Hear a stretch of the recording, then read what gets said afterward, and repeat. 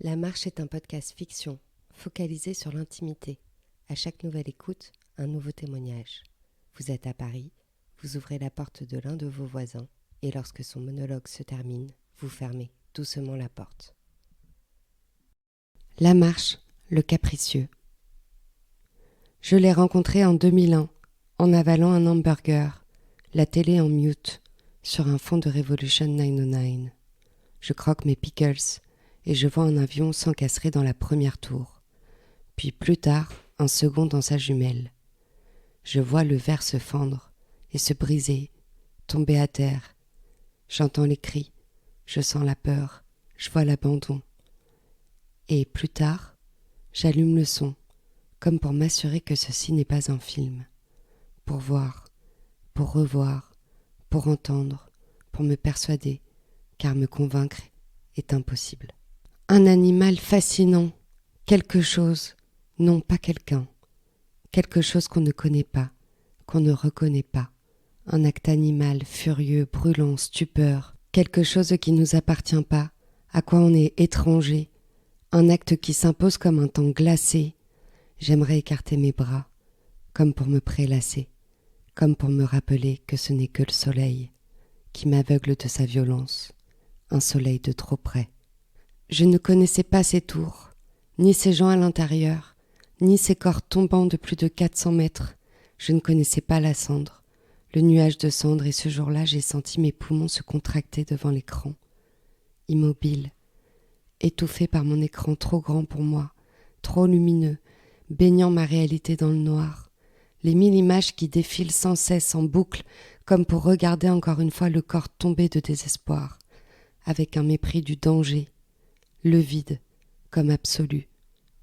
Je le pensais loin, et plus tard, il s'est rapproché. J'ai l'irrépressible besoin d'allumer la lumière. Il n'avait pas de visage, ni d'odeur, il n'avait pas chez moi de résonance. Il existait de loin, cet enfant capricieux, meurtri de paradoxes, sointant de colère, enfant lâché comme une bombe, sale gosse qui pense avoir trouvé une bribe de solution en faisant tout péter, qu'on a envie de gifler, qui a commis l'irréparable, 1000 fois décuplé. On a envie de lui tirer les oreilles, lui cracher notre amertume, puis finalement lui demander pourquoi. Le gamin qui ne pardonnera jamais, à qui on a menti. Immature et immuable, il a pris forme en se glissant dans des corps abattus, des âmes prêtes à tout perdre dans l'attente de tout gagner, dans l'au-delà. Je ne le connaissais pas, et malgré l'odeur du sang, il traversa ma vie pour la première fois. Ce gamin qui manque d'amour, qui a toujours manqué de tendresse, qui crée sa vie comme un mensonge pour sentir des cœurs serrés près de lui. Son truc, c'est le hasard, la frappe au hasard d'un enfant capricieux, qui veut juste qu'on l'écoute une dernière fois. Et, comme il a peur de la mort, il préfère emporter quelques âmes à ses côtés. Dans son intolérance et dans sa colère, il a choisi de tout abattre, de se faire entendre, en brisant les jumelles, dans lesquelles le monde entier se reflétait. Être certain que ça ne se renouvellerait pas, verrouillant les vies de milliers d'hommes et de femmes, à faire chialer le monde entier. On disait déjà qu'il ne nous vaincrait pas, et pourtant nous sommes déjà battus, par la violence, mais surtout par le mensonge qu'on a laissé s'installer, qu'aucune protection ne pourra plus jamais nous défendre. De toutes petites âmes se sont mis à rêver comme des enfants, à appliquer des idéaux foireux, et nous tabassent de coups de poing pour instaurer leurs pensées, un caprice qui nous coûte cher. Ce gamin chiale lui aussi au fond de son corps. Il a donné sa raison et son corps d'adolescent à un combat perdu d'avance. Un combat que seul lui, dans sa folie, peut comprendre. Il se flanque de la drogue dans le gosier pour se rendre plus fort, de la potion magique de l'aliéné. De tout son corps, il pense défendre sa vérité. De toute sa bouche, il pousse des cris qui harassent le cœur, que personne ne voudrait entendre. Comme pour dire, je vous l'avais bien dit. Je vous l'avais bien dit, époque en bordel. L'horreur, le sang et la panique infligée à la foule, comme si elle n'avait pas d'odeur, pas d'histoire, pas d'enfant, comme si cette foule n'était finalement qu'un drapeau qu'on a voulu brûler, comme plus de prestige dans les reflets du soleil sur le verre. Un goût amer, dégueulasse, comme si j'avais avalé du verre brisé, coincé dans la gorge, je tousse, mes yeux roulent, les paupières se ferment, les yeux roulent encore, mon corps se met à chauffer de colère et mon cerveau finit par vriller. Dans la torpeur, dans le noir, je tombe, les jambes coupées, je m'écroule dans ce canapé de cuir dont je n'aime plus la couleur. Je tombe car je suis sidérée. Drôle d'époque.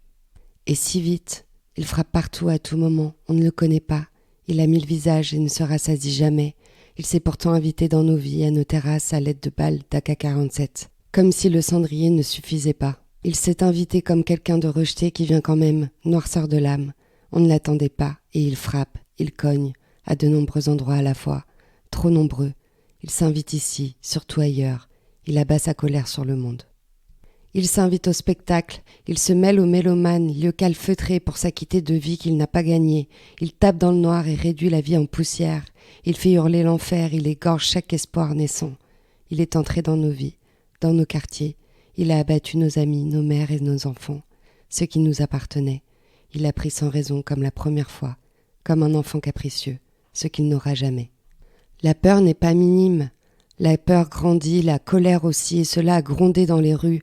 Nous sommes tous venus, ceux qui étaient encore là, pour montrer que nous n'avions pas peur ensemble, pour crier et chanter l'amour qu'il nous restait, parce que nous ne pouvions comprendre ce qui s'était passé. Nous essayons d'y répondre, nous essayons de chasser par la voix, nous tentons d'unir les forces qui sont restées.